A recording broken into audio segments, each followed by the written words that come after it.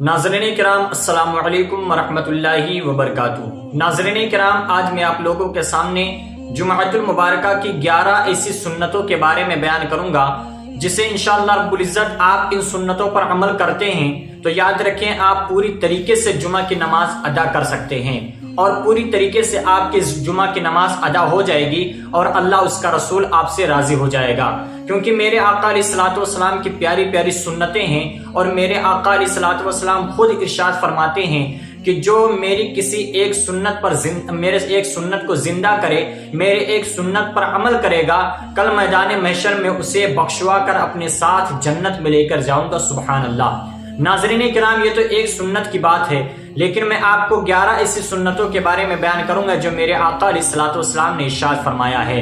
आपसे गुजारिश है कि वीडियो में आप लास्ट तक बने रहें, पूरा वीडियो वॉच करें। इंशाअल्लाह रब्बुल इज़्ज़त जुमा की ऐसी ऐसी सुन्नतों के बारे में आपको जानकारी मिल जाएगी जिसे आपने जिंदगी में कभी नहीं सुना होगा।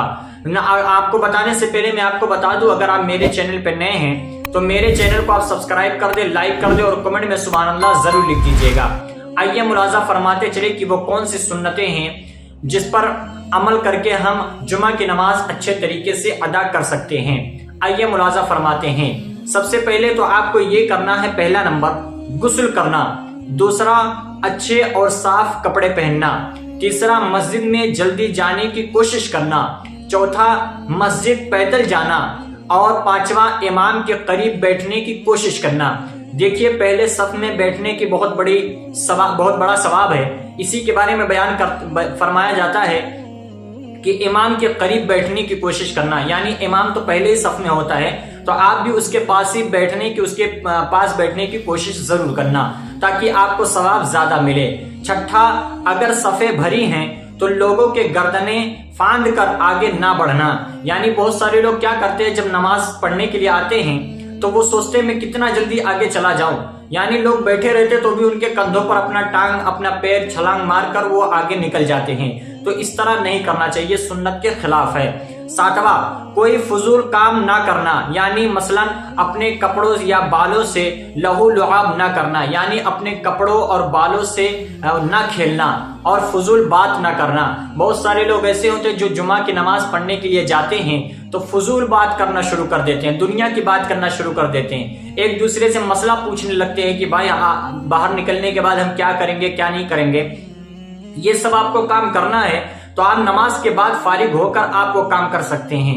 नमाज के मस्जिद में जाने के बाद सारी चीजें भूल जाएं, सिर्फ और सिर्फ अल्लाह और उसके रसूल को याद रखें, सिर्फ और सिर्फ अपने दिमाग में अल्लाह रब्बुल इज़्ज़त को बिठा के रखें, अल्लाह उसके रसूल को याद रखें, दुरूद पाक की कसरत करें, कुरान पाक ले लिया करें, वो पढ़ना शुरू कर दें और जिक्र अस्कार में मशगूल हो जाए मस्जिद में जाने के बाद, ताकि मस्जिद में बैठने का सवाब हमें मिलता रहे। आठवां, खुतबा को गौर से सुनना। और मैं आपको एक भी बात बता दूं, बहुत सारे लोग ऐसे होते हैं जो खुतबा होता है तो इधर उधर देखते रहते हैं, ऐसा हरगिज नहीं करना चाहिए। जब खुतबा शुरू हो तो आप अपने सर को नीचे झुकाकर और खुतबा गौर के साथ समाअत फरमाएं और जब पहला खुतबा पूरा हो जाए, इमाम बैठ जाए, उसके बाद आप अपने दिल में और हाथ उठाकर अल्लाह की बारगाह में जो भी दुआ करेंगे अल्लाह रब्बुल इज़्ज़त उस खुतबे के बीच में आपकी दुआ कबूल फरमा लेगा। ये मैं नहीं कहता, मेरे आका अलैहिस्सलातु वस्सलाम की हदीस पाक है। और खुतबा फिर दूसरा जब शुरू हो जाए उसको गौर के साथ समाअत फरमाएं।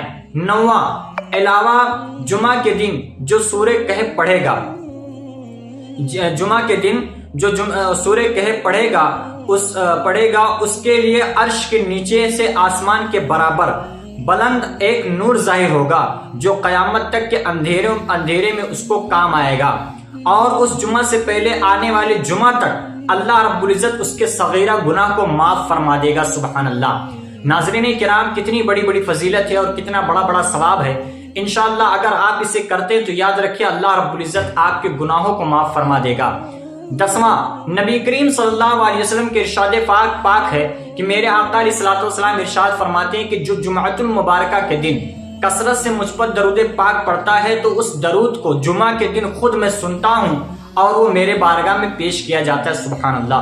तो आपसे हो सके तो आप जुमाअतुल मुबारका के दिन कसरत से दरूद पाक पढ़े, अल्लाह और उसके रसूल को राजी करने की कोशिश करें। और 11वां, जुमाअतुल मुबारका यानी जुमा की नमाज पढ़ने जाने से पहले आपको बाल में तेल लगाना آنکھ میں سرما لگانا اور ناخن تراش کرنا اور کیا نام ہے بال کٹوانا، یہ سب چیزیں سنت ہیں۔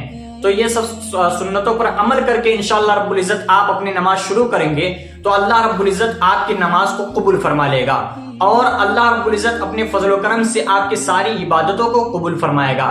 ناظرین کرام، اگر ویڈیو اچھا لگا ہو تو چینل کو سبسکرائب کر دے، لائک کر دے اور کمنٹ میں سبحان اللہ ضرور لکھ دیجیے گا۔ السلام علیکم ورحمۃ اللہ وبرکاتہ۔